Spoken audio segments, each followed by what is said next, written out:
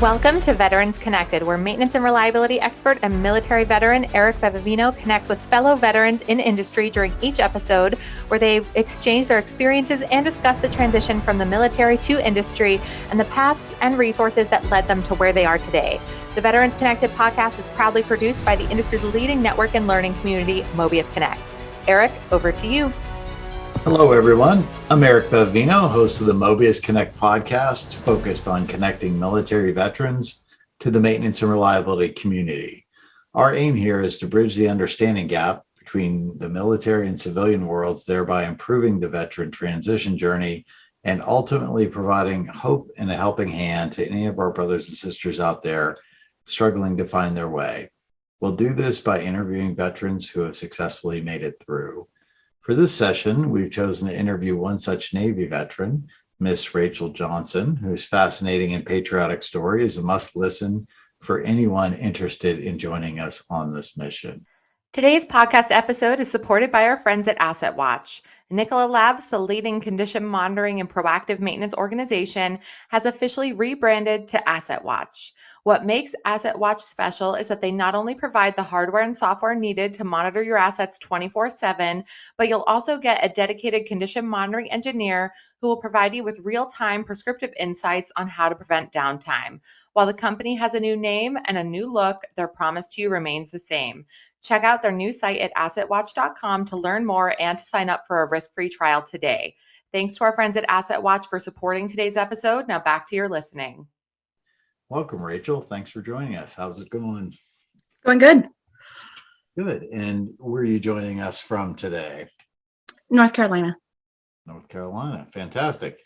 Why don't we start off this interview with a little bit about who you are and what you're doing today, and then maybe we'll dial it back to the early years in your Navy experience after that. But what do you do today? Who are you? What's Rachael's life like? Yeah. I live in North Carolina now. I moved here about 2 years ago now. I was born and raised in Alaska. I joined the Navy, and then I went to Illinois, and then Florida, and then Virginia. As in the Navy, I worked as an aircraft mechanic. I really enjoyed it. Then I turned around and worked for the Navy as a contractor after I got out. And that was fun until it wasn't anymore. And I realized that I wanted to find something different.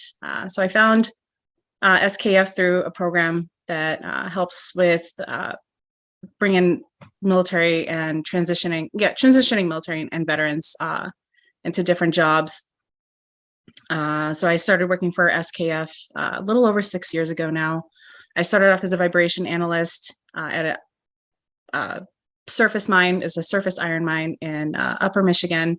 I was there for about 4 years, and then I was asked to move to North Carolina, where I worked at a pulp mill, and I started getting more into working with our projects. And a little over a year ago, I made the transition to the project management team. I work full-time as a project manager now, and I work with our connected technologies and with doing contract implementations and everything in between. Very neat. It sounds like you found your place then after Yes. after a little bit of bouncing around. Yes. After the Navy. And so Yep. how many total years were you in the Navy then? A little over 5 years.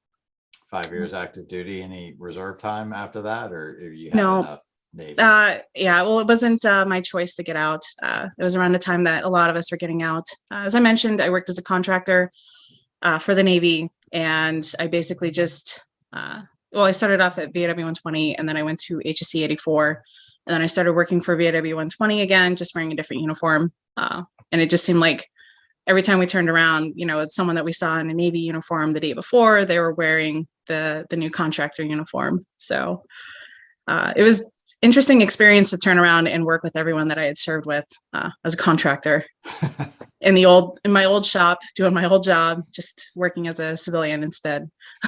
Did it sort of naturally morph into the same hierarchical structure that was within the squadron, or was it different? I think so. I know it was for me. I was an E5 when I left, and I was used to being a shift lead, and whether we're at home guard or on dead or on the boat. And when I was working as an aircraft mechanic or when I worked as a contractor, I started off in the line shack, and then I went to the mech shop again. And I was an aircraft mechanic 1 was the name of my position. And it was basically like being an E5 in the military again. So Interesting. yeah. So jets or helicopters or prop planes, I'm not familiar with the squadron Oh yeah. terminology other than I think H stands for helicopter. Is that right? Yes. Yes. Yeah. VAW is as a fixed wing airborne early warning. But we had the E2s, so they had the big domes on top, and then we also did the C2s, which were the cargo planes that would go out to the boat. And then at HSC 84, we had we worked on H60s there. 60s. Nice. Yeah. And that's really where you learned maintenance, or you're from Alaska. Were you doing like as a kid or a young adult? I mean, did you have other influences in your life that led I watched you to my the military? Yeah. Yeah, so I watched my dad working on stuff all the time. I mean, they've got a picture of me even when I was, just a baby, and I have my dad's flat tip screwdriver, and I'm working on my toy truck. But I always watched him and helped him out when he was working on stuff. And then I had watched Top Gun when I was a little girl, and I knew that I wanted to join the military. I think when I officially came out and said that I was joining, no one was really surprised. I was in ROTC in high school, and I was in Sea Cadets, which is another program. And I knew that I wanted to be around aircraft. I used to want to be a fighter pilot. And I had applied to the Naval Academy. I started in my junior year, and I almost made it in. Towards the very end is when I got my rejection letter. I really thought I was going to be going to the plebe summer, but when I got that rejection letter, I cried it out and I was like, okay, well, I still want to get in the Navy. So I enlisted instead. So it was probably the best thing for you. I went through ROTC at Penn State and didn't bother applying to the Naval Academy. Not that it's not a great place to go to school and get an education, but I think I had more fun at Penn State, perhaps, based on the experiences of the Academy grads that I've talked to over time. So, well, Top Gun had an influence on you as well as me, and I couldn't be a fighter pilot either. My eyes were not good enough, so I had to really make a choice at the last minute. Ended up in the hard hat diving community, which was fun, but it's interesting to see how the paths that we take and how we get there and all that. Did you have any other military veterans in your family? Or so I think I was third or fourth I think I can count fourth generation. So my uncle, he was uncle on my dad's side, he was a Marine. I got a cousin on my mom's side who was in the Army. And then my grandfather on my mom's side of the family is from Alaska. So my grandpa actually served in the Alaska Territorial Guard. So before Alaska was officially a state. Cool. And then my grandpa on my dad's side, he was also in the Army. And then we have relatives, I guess I guess it's the next generation back, but they had served during World War I, but the family wasn't in the United States yet. So it's in the family. Yeah, in the family, Army and Marines, and you chose to be a little different, going to the Navy, and all that. So okay, so that gets us up to your enlistment. And then, so did you go to boot camp on the West Coast or at Great Mistakes or Great Mistakes? Okay. Yep. Yeah. And then off to A school, B school, or directly to the squadron? How does it work in the aviation community? I went to A school. So I was supposed to go to Pensacola, but Hurricane Katrina had kind of wrecked it there. So they split, they split off like the ADs, AEMs, AMEs, ATs, and AEs into 5 different areas. And so I ended up doing my A school in Jacksonville, Florida. So still in Florida, not too bad. Yep. Other side. Yep. Other side of Florida. I did like Jacksonville. It was a nice area. Okay. So. Yeah. I mean, beautiful area for sure. Yep. And then off to Norfolk from there. Yes. Is that right? Yeah. Okay. Yep. And what years were you there, just out of curiosity? 2006 through 2011. So, or Okay. yeah, I think that's right. And then it kind of all blurs because then, like I said, I turned around and worked for the Navy's contractor. So I worked on pretty much in the same hangar from like 2006 through 2016. So it's a Out long of time to be in a hangar. yeah, out of Oceana then, or somewhere Norfolk, else? Norfolk. Norfolk. Okay, Yep. gotcha. I was there from 90 to 95, 90 to 94, 95, something like that, stationed out of Little Creek. So Oh, yeah, okay. familiar with Oh, the area. Actually just yeah. went back for a reunion, the monitor the recovery of the turret of the Civil War ship. Okay. There was a reunion, and my kids and my wife had never been there, so we got to sit on the beach and watch the jets go by, and they were all embarrassed when I yelled out, "That's the sound of freedom, kids!" Yeah. Nice. So good times. All right, and then you made it into maintenance transitioning. What was your kind of your experience or your thought process as you had decided to exit the Navy and find a job? What I mean, were you feeling stressed about that? Like, I'll just take whatever comes my way, or were people recruiting you and trying to pull you into the civilian job? How did that work? So when I found out that I was going to be getting out of the Navy, I actually got a call from my old aircraft maintenance officer, and she told me to get my butt over the line. They were hiring. So I said, yes, ma'am. And I went and found my LPO, and I was like, hey, I got a job interview. And he was like, okay, good luck. So I saw it as a transition to work as a contractor. Like I said, I was there for five-ish, 6 years, or I don't remember the exact time now, but it was getting to a point where I realized that I didn't probably want to work in aviation anymore. Like, I really enjoyed it, but I was ready for something different. And there's a lot of people I knew they were using Bradley Morris, and the way that their program works is you write your resume and you share it with them, and they have a special algorithm that they use, and it matches you with companies based on keywords that are in your resume. And I actually ended up attending a conference that they had. It's on a Sunday and a Monday, and Sunday you spend practicing your interviewing skills, which was really nice because I'd never really done or had like a real interview before. So I really appreciated that. And then you're given a list of the companies that you're going to be interviewing with on the next day. And so you get to sit in and listen about the different companies. One thing that still sticks with me is that they remind you at the beginning of Sunday, like, just keep an open mind. And, when you're listening to the different companies, and, just try not to discount anything before you hear about it. And then the next day I was originally slated for 8 interviews, and the recruiter I was working with, he was like, one of these I'm taking you off of because you're not going to want to do it. And then there was another one that I asked to not do because it was just going to be too much travel for me.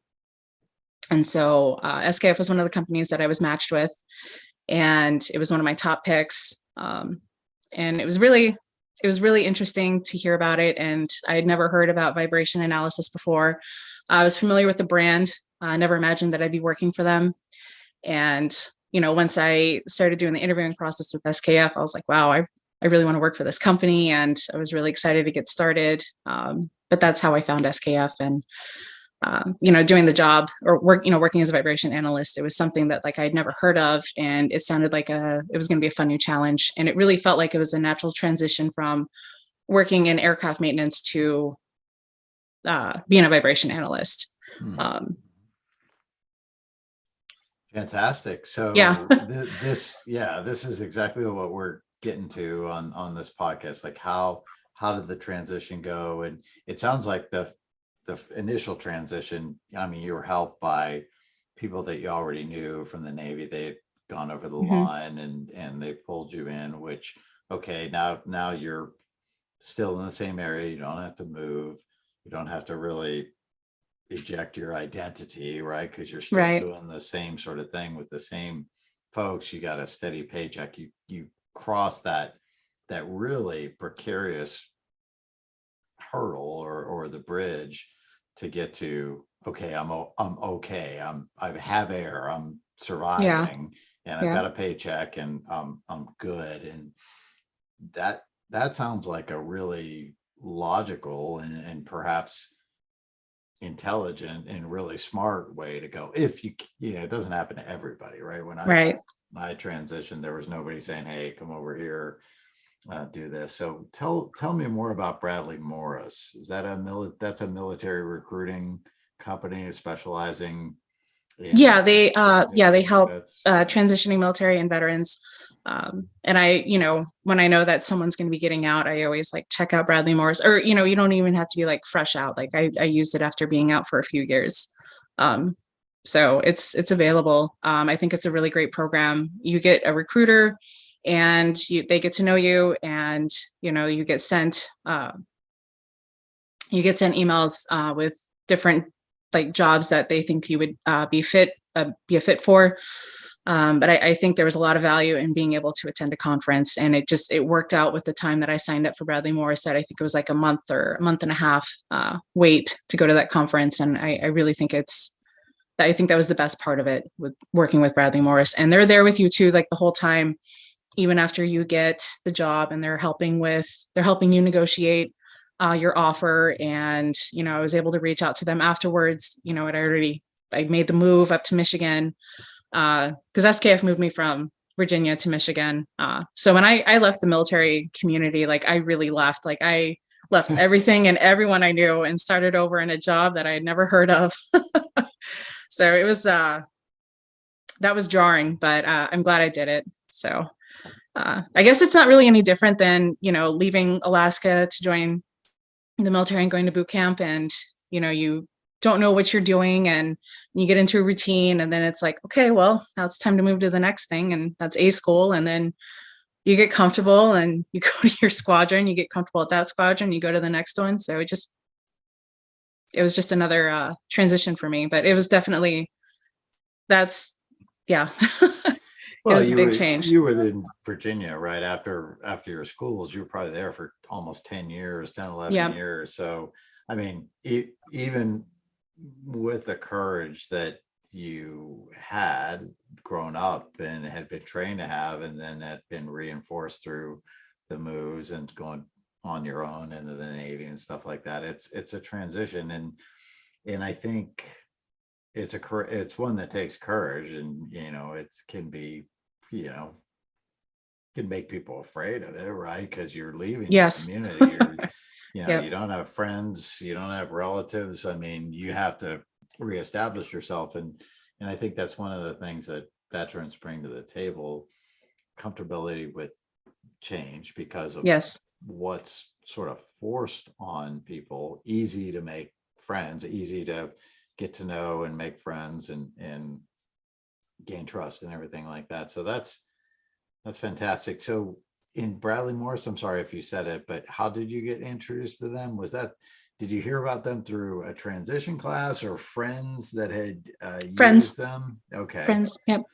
Yeah, fantastic. And so specialized military recruiter, did they charge you anything to be part of it? Or was it just, I mean, I think my understanding, and maybe it's dated, but you're clearly younger than I am. So what's the current program here with these guys? Do they ask you to pay anything up front, or is it all paid by like for SKF, for example, would pay the recruiting fees out of, whatever? Yeah. If there's any fees, I don't know what they were. Okay. So you didn't have to pay anything. No. Even when I went on I went on a couple interviews. I was with SKF. I went to Atlanta, Georgia, and then Marquette, Michigan for interviews. They paid for it. So, and they, the airfare and the hotel, and then the managers that they had on site there, they picked me up and drove me to and from the site. And when I was in Marquette, Michigan, the manager that I worked for up there, he had given me a ride around the area. So I got to see what I would be getting myself into. So, which was nice, because when I flew into Marquette, it was late at night, and it's kind of in the middle of nowhere up there. And so when I was driving from the airport to the hotel and it was pouring down rain and I'm driving like this mountainous terrain. I was like, what did I get myself into? And then, the next morning I met him at 6 o'clock in the morning so we could go out to the mine. And, it was still very dark. It was in September. So it was pretty dark. And we're driving through the wilderness, it felt like. And I was like, yeah, really, what did I get myself into? But he took me on a tour of Marquette the next day. And I was like, wow, this is really pretty here. So I'm definitely glad that I got to see that. Nice. Yeah. Nice. Well, so a couple of things to sort of recount here. Doesn't cost. Legit recruiters that are looking for your best interest are paid by the companies that hire them, not by the candidate. So I've given sort of this advice before because it was my experience. You're updating it and confirming it now that it shouldn't cost you anything but your time. Right. To invest, and that they have a program for success, which, may seem like speed dating or something, like 8 interviews in a day. It's a lot. It can be draining, but if you're well prepared and they're matching up, they have a system of matching up military skills with what civilian employers are looking for. That's really valuable. Yes, valuable. I think so.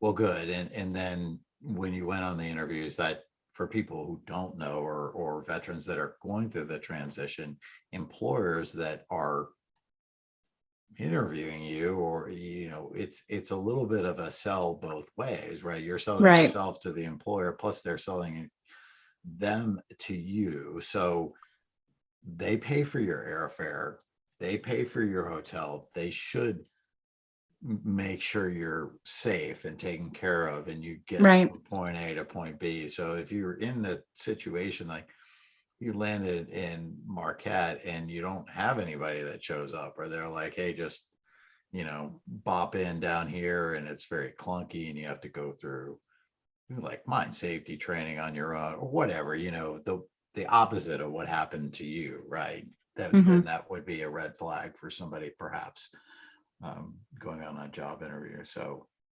fantastic. All right. So that's how you got to this sort of globally respected, well-organized, well-run company from what I can tell. Yep. And SKF, I've been to some of their training, and King of Prussia, it's been really, really good learning the ins and outs of bearings and the importance of maintenance. So, okay. So good. So we talked about where you've grown up, how you transitioned, what role maintenance and reliability played in your time in your service. So now you're a project manager. So how did that come to be? I mean, I'm expecting there may be some links here between your service and the gravitation toward. Did they pick you out of that, or were you like, hey, I think that matches my skill set? How did that happen?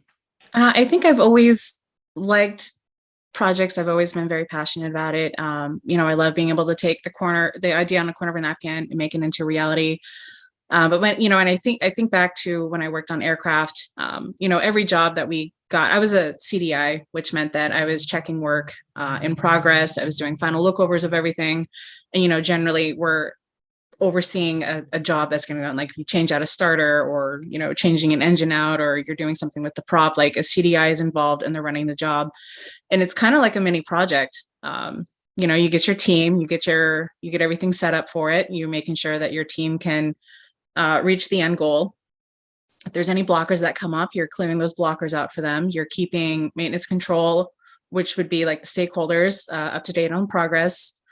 And then I spent a lot of time too on, we call them like maintenance action teams or maintenance inspection team, build team, tiger team.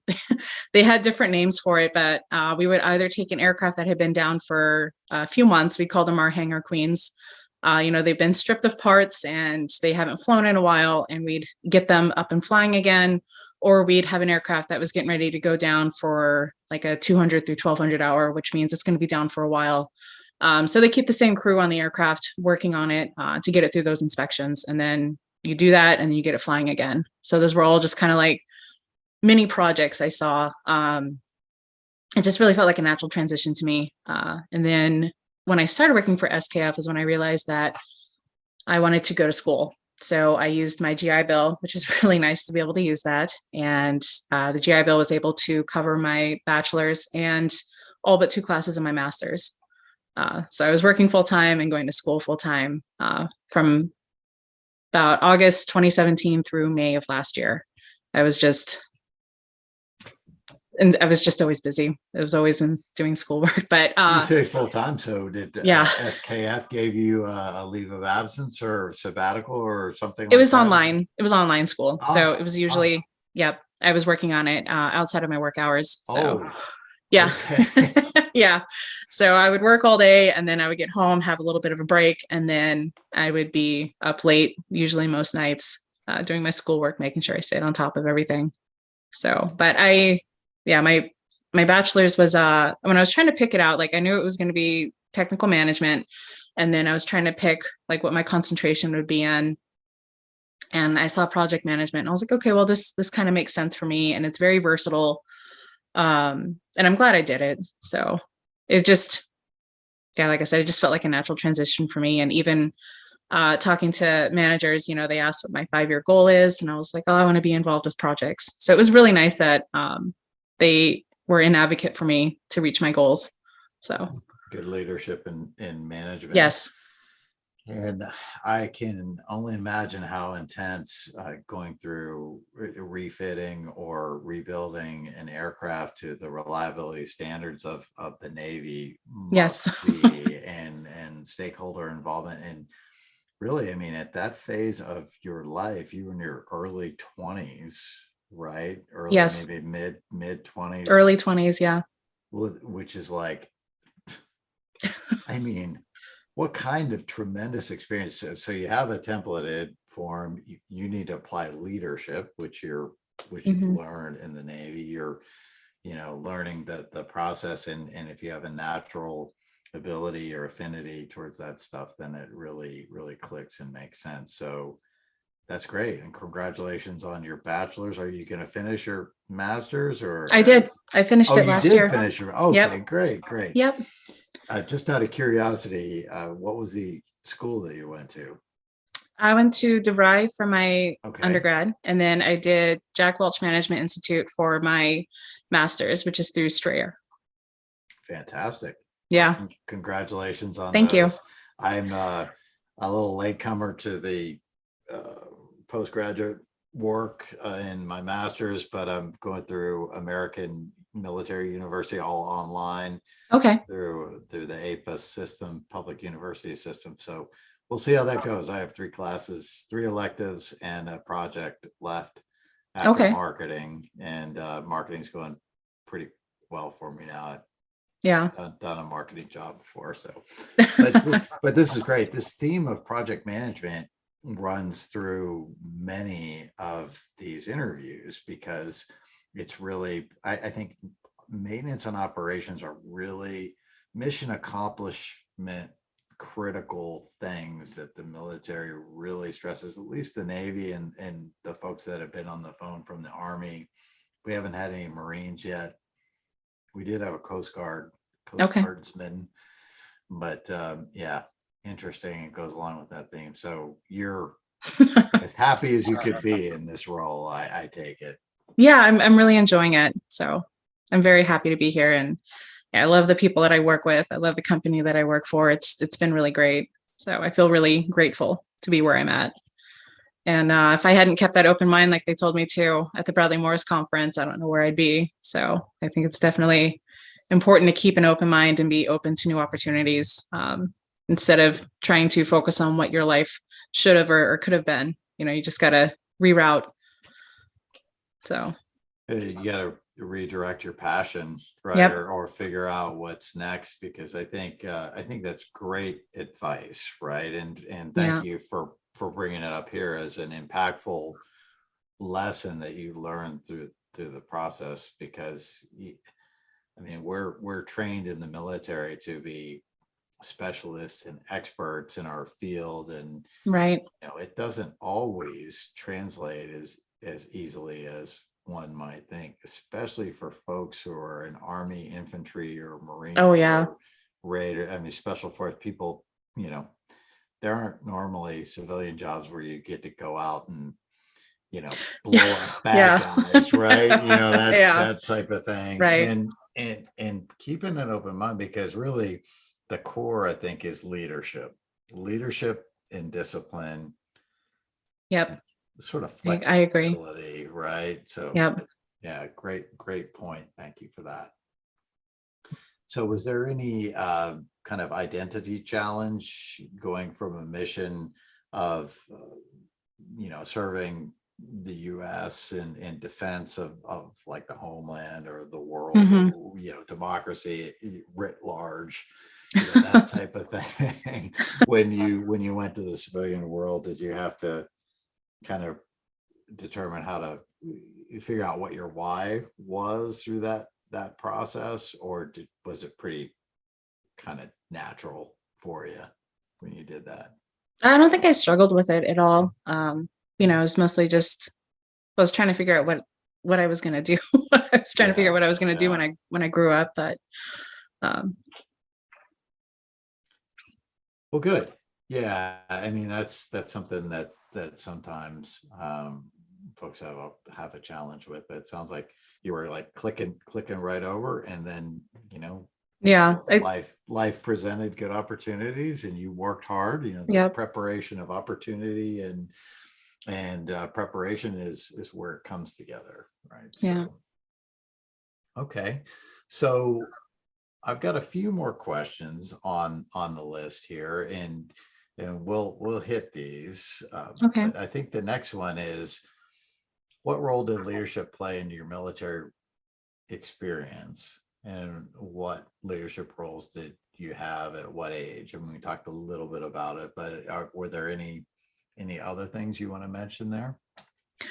Um, one thing because I'd seen these questions before, right? And there was something that I was thinking about a lot. And when I learned is when I was in the Navy, like we were always preparing our replacement and getting our, the next group of people after us ready to take our position. And, I really think that rings true for what leadership is you're building your team, you're building your people. And I really tried to bring that into the role that I have now. I'm a project manager, and I don't have anyone that's getting ready to take over my position, but I definitely try to think about, like, if I win the lottery tomorrow and I win a couple $100 million, and I decide I'm going to go buy an island and say bye to the working world. I want to be able to share my knowledge and have a way to if someone were to step into my job tomorrow, I'll be able to have like a seamless transition and make sure that they have what they need to succeed. I don't know if that's coming off the way that I wanted it to, but Oh, for it's just always, sure. Yeah, it's a yeah, consideration for the team that you're leaving. Leave it in the same or better shape as when you were there, right? And yeah, this is counterintuitive for many people, right? They're yeah, like, oh, right. I got the next job. See you later. Yep. Oh, yeah. I got some binders on my desk, and here's 45 megabytes of files. Go sort through them. Yep.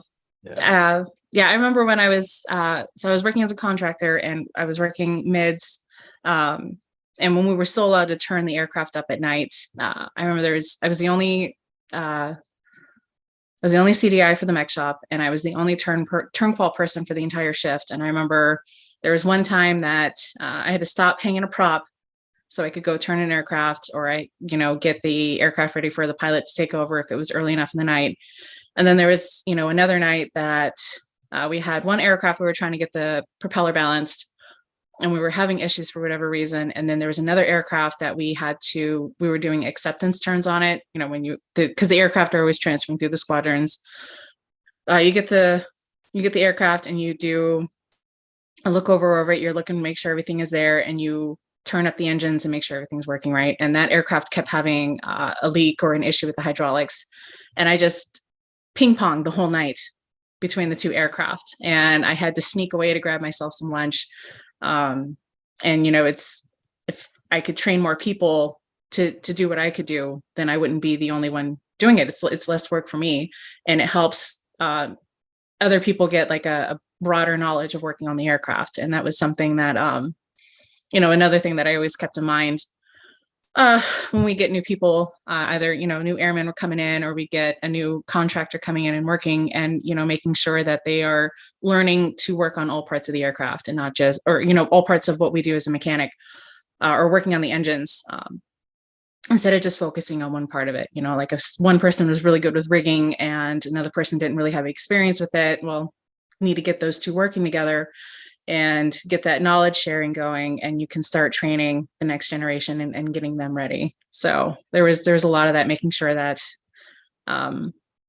just passing the knowledge along, and developing the people, and making sure that they can be successful. So being overloaded has a way of inspiring you, or creating Yep. some incentive for doing that. But the Navy and the folks like yourself that go into the service tend to have the mindset of helping Mhm. others and all that, so that works naturally. And I think on the ships that I was on, if you didn't have more qualified watchstanders, you were Yep. the person standing the watch. So Yeah.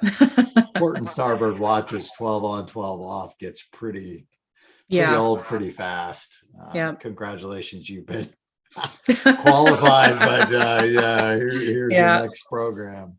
Yeah. So fantastic. And I think that's also a huge benefit of hiring veterans or having veterans on the staff. So, well, good. So, Rachel, let's see.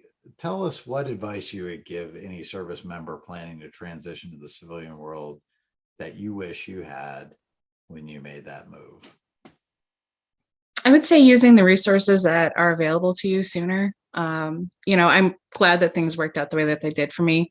But there's these great programs out there. There's another one that I heard about recently, Heroes Make America. They're associated, I think, with the Manufacturing Institute. There is ACP, which is American Corporate Partners, and that's actually that's a program where transitioning military and veterans, and I think it extends the spouses as well. They pair you with someone in the private sector for a year, and it's a mentorship, and it's available. And I think it's really great. I was a mentor for one person, and it was nice. He was getting ready to get out of the Navy, and it was really nice to be able to work with him and help him get it set up for success. And I also pointed him in the direction of Bradley Morris. That would have been cool to see what would happen, I guess, if I would have gotten to use it sooner. But just use the resources that are available. It wasn't until I moved either that I used the VA loan to buy a house. So I bought my first house when I moved to Michigan. ACP, Bradley Morris. There's a lot of great programs out there, and it's designed to help get transitioning military and veterans set up for success and translating what they did in the military into the civilian world. So I think they're really great programs. Which is key. So thanks for highlighting these. I had not personally heard of American Corporate Partners before, but I imagine that it's a program that, since you participated, it must be a program that SKF is involved in. Yes. So awesome. Yep. And in mentorship, volunteer, I suspect. Yes, it was a volunteer thing. Yeah. Yep. And what this is doing, Rachel, thank you for this, is because in Heroes Make America, because there's a sea of helpful opportunities out there, but pinning them down can, I think, be a challenge. As well, right? As you saying Bradley Morris and ACP, I mean, that can come together. Skill Bridge can come together for somebody else, depending on where they're at. And I think there's so many things out there that it can get confusing, or like, which one? I could see that. Or if I picked the wrong one. But having you give a sort of a personal endorsement for ACP, it makes a big, it's a big deal. Yeah. And I'm actually I realized that I want to mentor now. So I'm actually using the program. I'm using it on the other side of it. So I'm waiting. Yep. So I got to be a mentor, and then now I get to be the mentee. So I'm excited for that to try it out. So double benefit. Great suggestion, right? Because corporate America is not necessarily always focused on, leadership mentorship or leadership mentoring or executive mentoring or anything like that. There are places out there where you just have to kind of figure it out on your own and see how it goes. So, well, the nice thing though with SKF is that they do have a mentorship program. I did have a mentor with SKF, and then I started working for my mentor. So we realized that it's probably a good idea that we terminated the mentorship. But I was, it's nothing against SKF for the mentors there. I was looking for something that is outside of the company. But it's available for me to use. Why not use it? So that's well, why not? And you also mentioned the GI Bill and the VA no money down home purchase option, which I also used for my first home in I forget the name of the town. It was outside of Chesapeake. Okay. Yeah, that's where the house was. And I mean, it just gives you such a leg up in establishing equity in one of the most important investments that you can have that typically, appreciates in value. So good advice. Great advice there. So thank you. So next, Rachel, what guidance would you share to corporate hiring managers about veterans that they need to know to get the best military fits for the positions they're seeking to fill? I think there's two parts that I'd like to share for this. And, I think the first one is that, we're not going to know the acronyms and the jargon for, veterans aren't going to understand it for the corporate side. And then, the corporate side or private sector or what have you isn't going to necessarily understand it for the military. But I think it's really important to listen to the story that they're telling and, maybe see how what they're sharing can apply to the positions that you're looking for. And something that I really liked with the first interview that I did with SKF is that the gentleman I interviewed with, he broke the job description down into very basic blocks. I think like very basic foundation or very basic building blocks of it. And he was like, can you do this? Or how can you relate to doing this? And it made it really easy for me to feel that like, yes, I can do this. And yes, I have done something like this. He told me like with being the vibration analyst, we're going to be located on a customer site. We're going to be, inspecting the equipment. We're going to be looking for issues. We write it up, it gets fixed, and we're going to go out there and make sure that everything is running the way that it's supposed to. And having the job explained like that, I was like, okay, well, I do that now, working on the aircraft, like I'm constantly inspecting them, looking over them. We find an issue, we write it up, we fix it, and then we check it afterwards to make sure that everything is running great again. So I think that's definitely very helpful.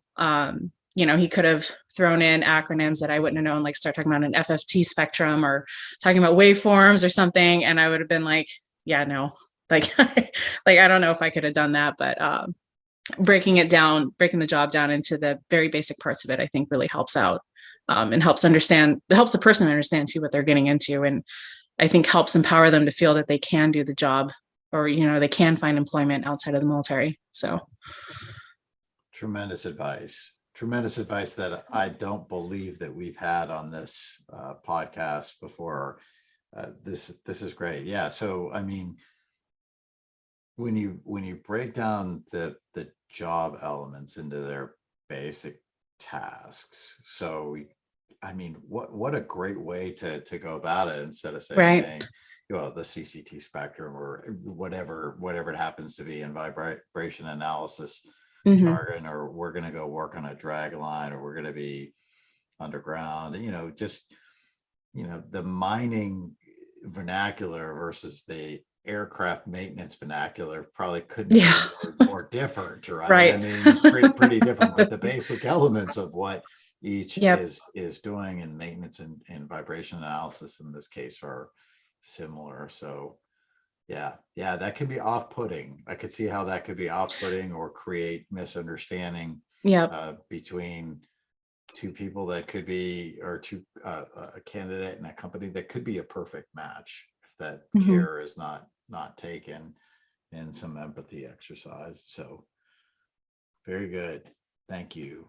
Thank Yeah. you. Okay, Rachel. Well, we're coming down to the last couple questions here on the Okay. list, and you've done a fantastic job. So thank you for that, and being the first female interviewee. I really appreciate that too. We need Yeah. more lady veterans on this Oh yeah. podcast. So if you have any other friends that are doing this too, please, tell them to come along. We need more ladies on the podcast. So on the next to last question, is there anything we didn't cover today that you'd like to relate to listeners, either vets or those looking to connect with them? Uh, I think we covered a lot of it. I know I got my notes here, but no, I think that's, I think keeping that open mind. I know we've talked about it, but I feel like I can't stress that enough, is just keeping an open mind to the possibilities, and looking for opportunities instead of, and I mean, it can be scary, right? Like starting completely over. I went from a community where I had a good reputation and I knew everybody and I knew everything. And then I picked up a move and I started over again. But I think it was the best thing that I could have done. I've really enjoyed my journey so far. Definitely not what I thought. I thought I was going to be a lifer in the military. That was the plan. But plans change, and that's okay. So just got to figure out what the next step is going to be. And I Well, guess that, yeah, go ahead. Sorry. oh yeah, and I guess I was going to say too, I was thinking a lot about, um, another, like something else that and I think we touched on it a little bit, is that adaptability and the flexibility. And I think that is really important skill to have. The being able to make a plan and then know that the plan's going to change, and being comfortable with it and picking up and changing your priorities. Like, working in aviation maintenance, like you put the flight schedule up on the board in the morning, and 12 out of 10 times the flight schedule that gets erased is not the same as it was in the morning. But that's okay, because we anticipate it. And I think that skill has really helped me also, just being able to adapt and overcome, and figuring out what the next, not just getting too stuck, right? I think that kind of ties in with the keeping an open mind, just being ready for change, and know that it's going to happen, and be okay with it. That's, life may not turn out the way that you think it's going to, and that's okay, because there might be something better. So you just got to look for it, right? Well said. Yeah, truer words have never been spoken. I mean, that adapt, adjust, to overcome.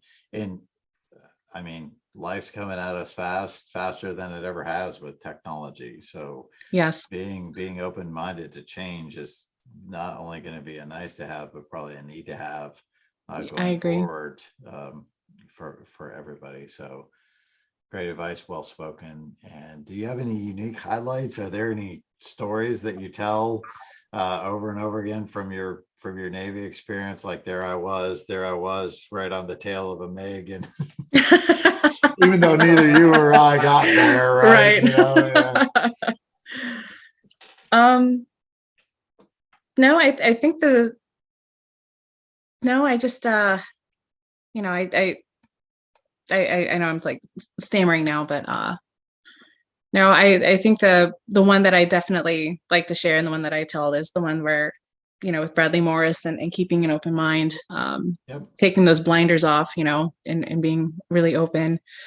I mean, I'm sure I could go on and on about the different things that have happened with working on the aircraft, and, being up on the flight deck and working, or, just different things that have happened. But it was a really enjoyable experience, and I at least that, I know that I can look back and smile that it happened. And I think that, it helped make me who I am today. But, I did really enjoy it. I loved turning wrenches. I loved working on the aircraft, and I really loved being able to operate the aircraft too.